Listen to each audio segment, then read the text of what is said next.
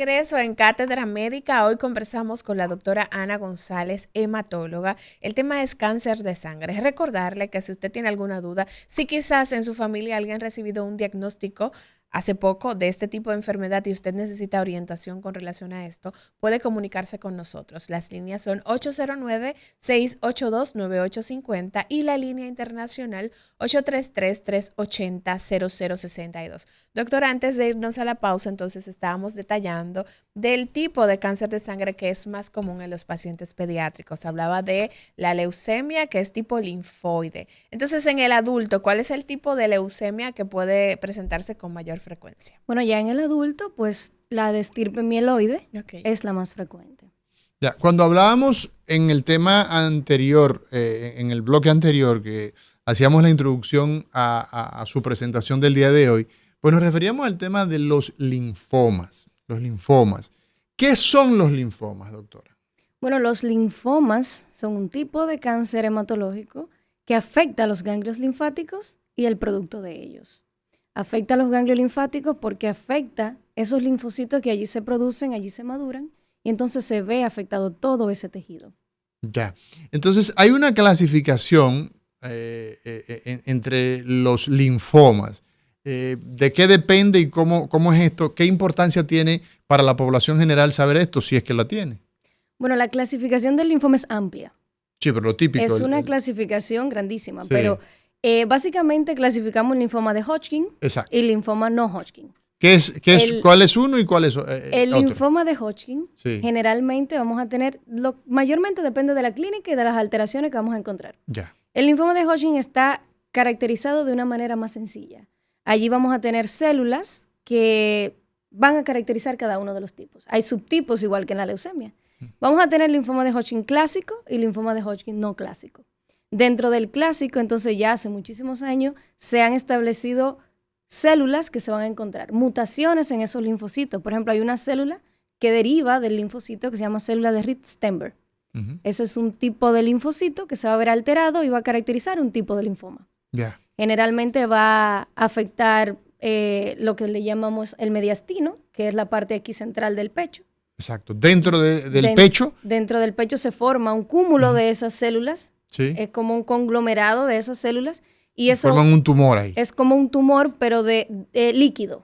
Es como un conglomerado de esas células que son líquidas. No es una masa sólida que podamos decir, bueno, tiene un cáncer de colon porque tiene tal cosa en el colon. No, esto es líquido porque esto es parte de la sangre. Entonces, afecta formando ese cúmulo de células allí. También puede afectar otros ganglios, lo que le dicen las reumas, que pueden ser en las axilas, que pueden ser aquí por debajo de la mandíbula, lo que le llamamos submandibulares, que pueden ser también y a nivel de la ingle. A nivel inguinal se pueden ver afectados también, pero con mayor frecuencia en ese linfoma, que es el linfoma de Hodgkin, vamos a ver afectada los ganglios que están debajo de la axila, los que están por aquí debajo de la mandíbula y esas masas que vamos a ver en el mediastino.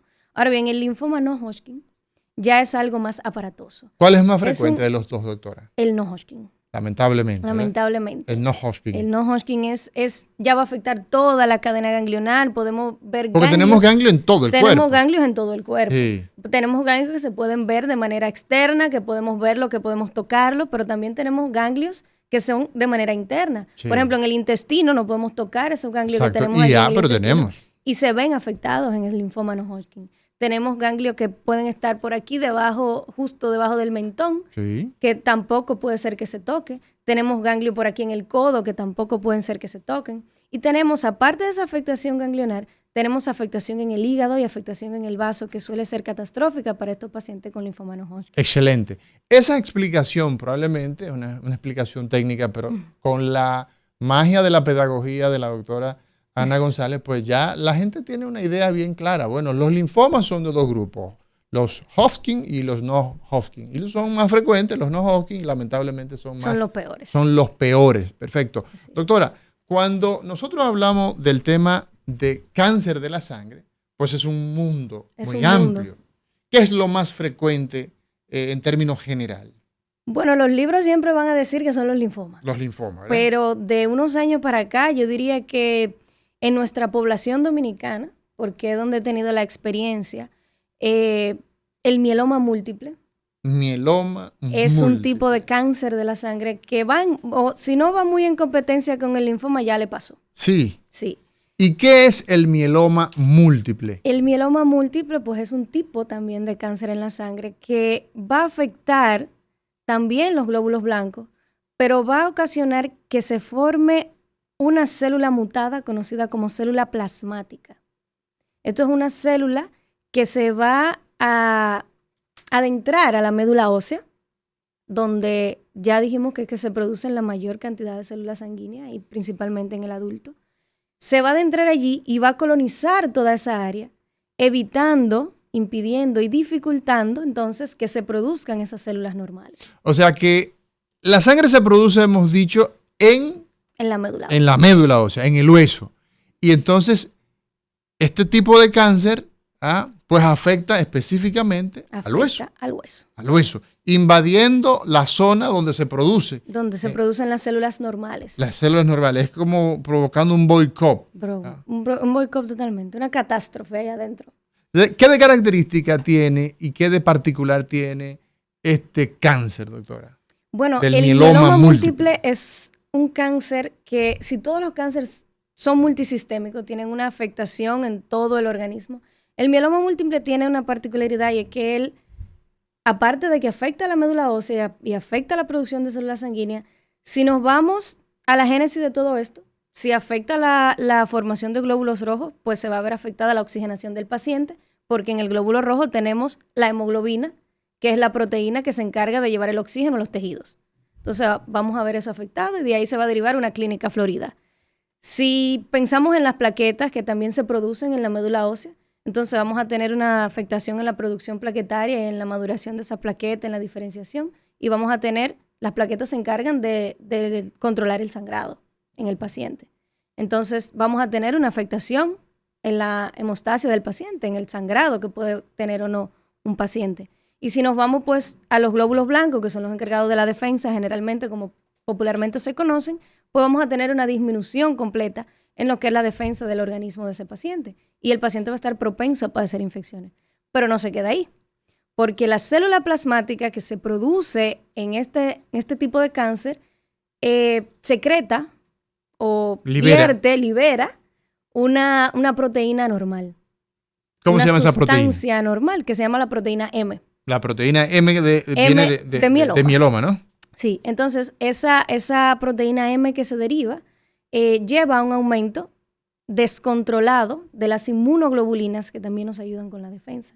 Entonces, también se ve afectado el sistema inmune por ese lado. Y por otro lado, ese producto de desecho, que es un producto que el cuerpo reconoce como malo, como maligno, ya vemos que la inmunidad está afectada, pero el cuerpo debe buscar una manera de que eso salga de sí.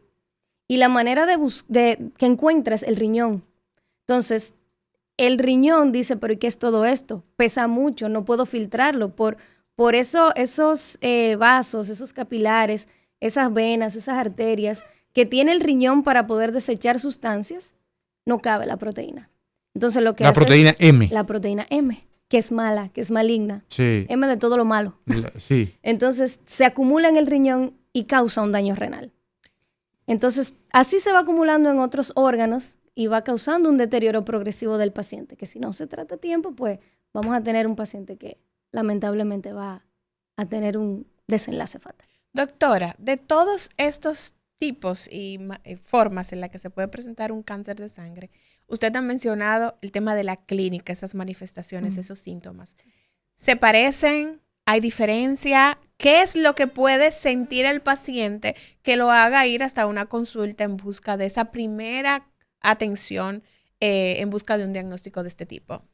Bueno, aquí esto es todo muy subjetivo, porque la clínica del cáncer hematológico es muy florecida, pero es muy subjetiva. Okay. Un paciente puede presentar fiebre, puede presentar un proceso infeccioso, como mencionaba la doctora esta mañana, puede presentar fatiga, un cansancio extremo, el paciente puede presentar dolores óseos, puede presentar datos de sangrado también, por lo mismo que hablábamos de las plaquetas que se ven afectadas. Es una clínica muy subjetiva, que no nos va a decir a nosotros, bueno, el paciente tiene fiebre, está cansado, tiene un cáncer. ¿Me entiendes? Exacto. Entonces, generalmente el cáncer hematológico en muchos casos es un diagnóstico fortuito. Sí. En el caso del mieloma múltiple, que ya que entramos en este tema, en el caso del mieloma múltiple, el paciente llega por dolor. Dolor es un paciente que tiene un dolor óseo, un dolor en los huesos, sí. Increíble, que lo describe como un dolor que se le están rompiendo los huesos. Y si hacemos una relación con un dolor óseo importante, pues el dengue, exacto, la chikungunya, provocan un dolor, ¿no? Correcto. Entonces, aquí lo primero que vamos a pensar, bueno, llega un paciente con fiebre y con dolor, hazle una prueba de dengue. Hazle un hemograma y hazle una prueba de dengue. El tema del hemograma, justamente, doctora, el hemograma. ¿Qué información nos puede dar a propósito de que aquí, pues como que todo se parece, probablemente pudiera ser útil? Vamos a tomar algunas llamadas, 809-682-9850, 809-682-9850, la línea internacional 833-380-0062. Buenos días. Buenos días. Bueno, yo no sé en cuál de la línea caí, pero caí. Pero caíste. Pero, Albert. Sí, así es. Adelante, Albert. Bueno, sí, voy con mi pregunta, pero antes de eso, quiero decirle que dice nuestro querido profesor con estirpe mundial, doctor José Joaquín Puello, así es, sanjuanero, que cada 37 segundos se produce una nueva información en salud. O sea, que todos los días nos levantamos ignorantes. Y por eso es el producto de Cátedra Médica, para meternos por lo menos la curiosidad, informándonos sobre casos. Una pregunta, querida doctora, para los médicos primarios, ¿se conoce algunos factores externos? Claro que hay factores internos, factores idiosincrásicos, genéticos, que pueden producir cáncer con la exacerbación de factores que la afectan. Pero hay algunos factores externos donde la madre embarazada deba de tener cuidado, que nosotros le informemos a la madre embarazada que se mueva de ese ambiente porque puede producir algún tipo de cáncer de sangre. ¿Se conoce alguna información por ahí? Factores externos que afectan el embarazo para luego que se produzca algún tipo de cáncer sanguíneo. Y la otra es la eritroproyectina, que es un factor que no se produce, un elemento que no se produce dentro de la médula ósea, sino el riñón. ¿Qué papel juega la eritroproyectina? ¿Hay algún defecto en la eritroproyectina que pueda afectar o producir algún cáncer de sangre? Lo dejo por ahí, señores, porque es un tema muy abundante. Abrazo. Gracias, Albert. Gracias. Bueno, en primer lugar, el contexto de una paciente embarazada y no embarazada pues sería el mismo. Sí. Son factores externos a lo que cualquier persona se puede exponer. El tabaquismo, el alcohol, los rayos X, el uso de pesticidas, herbicidas principalmente, son factores asociados al cáncer hematológico. Entonces, no solo las embarazadas, cualquier paciente puede exponerse a estos factores externos. Así es. Y respondiendo a la segunda pregunta, la eritropoyetina, que es una hormona que se sintetiza en el riñón con mayor frecuencia, pero también tenemos un porcentaje muy reducido que se puede producir en el hígado, juega un papel importante en un tipo de enfermedad hematológica que no se considera una neoplasia, y es la policitemia vera. La policitemia vera es un aumento en la serie eritroide, en la parte de los glóbulos rojos. Muchos glóbulos rojos de manera descontrolada. Ya. Excelente. Vamos a ver lo que dice la gente. Buenos días. Muy buenos días. Diga usted. Cátedra Médica, porque la salud merece respeto. Muchas gracias, así mismo es. Le escucho. Yo, en un proceso de, por ejemplo, corporal.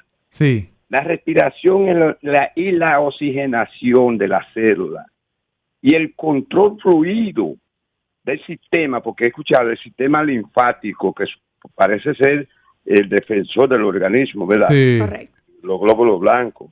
Y la protección del organismo, se puede decir. Sí. ¿Qué significa el sistema linfático? Excelente pregunta. ¿Qué significa el sistema linfático? Buenos días, diga usted. Sí, perdona, para aclarar a la doctora. Cuando me refiero a la paciente embarazada, me refiero al feto. Aquí esos factores pueden producir algo en el feto, porque vemos que hay madres que no tienen ningún tipo de cáncer de sangre. Sin embargo, su criatura nace con este problema, con esta predisposición. Me refiero al feto. Perfecto, muy bien. Vamos a ver. La genética es algo que nosotros no podemos predecir. Hay mutaciones que se dan en el mismo momento de la fecundación y hay mutaciones que se dan de novo. Nosotros no podemos medir cuál va a ser de novo y cuál va a ser heredada, porque cada gameto, el óvulo y el espermatozoide, viene con una carga genética importante. Entonces, en el feto, muchas de esas alteraciones genéticas vienen heredadas de algunos de los progenitores. De hecho, existe un aumento de un 4.5% de probabilidad de que hijos de padres o de abuelos que padecieron algún tipo de enfermedad hematológica puedan desarrollar esta enfermedad a temprana edad. No necesariamente al momento del nacimiento, porque todavía al momento del nacimiento hay un recambio en estas células sanguíneas entre las células de la madre y las células que van a ser propias del individuo que ha nacido.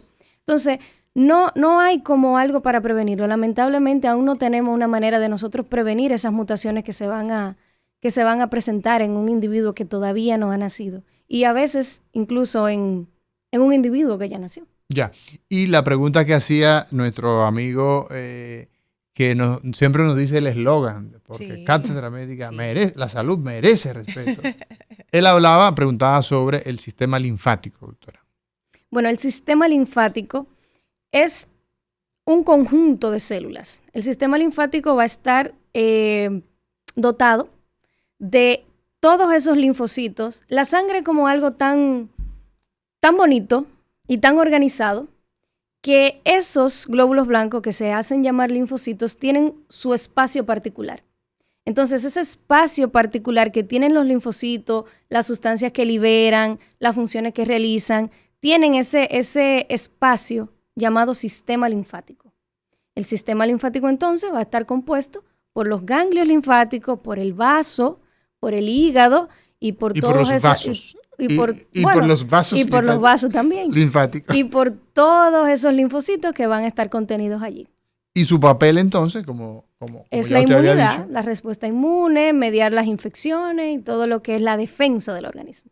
Excelente. Señores, hoy conversamos con la doctora Ana González. Ella es hematóloga y estamos hablando sobre el cáncer en la sangre. Tenemos que irnos a una pausa y en breve regresamos.